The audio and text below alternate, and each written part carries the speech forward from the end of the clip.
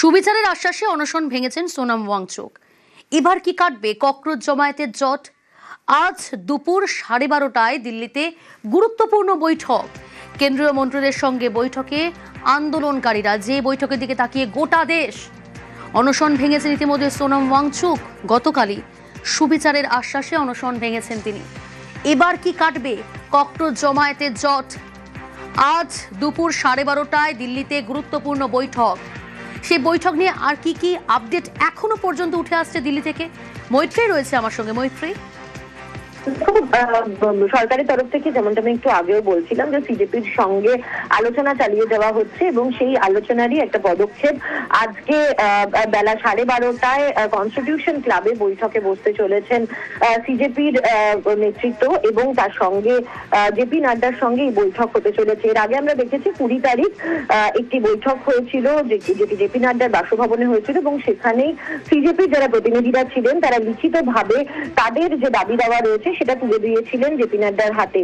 তারপর থেকে বৈঠকের কথা হচ্ছিল, কিন্তু একটি নিউট্রাল লোকেশন সিজেপির যারা নেতারা রয়েছেন তারা চেয়েছিলেন এবং সেই পরিপ্রেক্ষিতেই আজকে বেলা 12:30টায় কনস্টিটিউশন ক্লাবে এই বৈঠক হতে চলেছে এবং সেখানে সিজেপির যারা নেতারা রয়েছেন তারা উপস্থিত থাকবেন। কেন্দ্রের প্রতিনিধি হিসাবে জেপি নাড্ডা উপস্থিত থাকার কথা রয়েছে। ওকে। The cabinet can do as it pleases. That has nothing to do with us. Our demands remain the same. This protest will continue until those demands are met, no matter what. The discussion that has been called for, we are very happy that the government has acceded to our request that it be at a neutral venue, and the Constitution Club of India has been chosen, is what we've been told. It's great.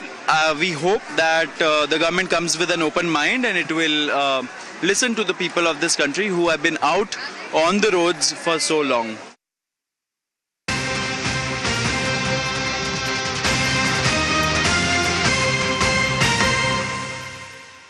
প্রধানমন্ত্রীর আশ্বাসে অনশন ভেঙেছেন সোনাম ওয়াংচুক। তবে আন্দোলনে নাছোড় cockroach party. দিল্লির যন্তর মন্তরে police পেটানোর ছবি।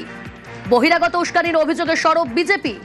এসিপিকে রক্ষা করতে গিয়ে আসেন দুই পড়ুয়াই, তারাই এগিয়ে আসেন পড়ুয়াদের পাশে। তবে নৈরাজ্য সমর্থন নয়, বার্তা বিজেপির।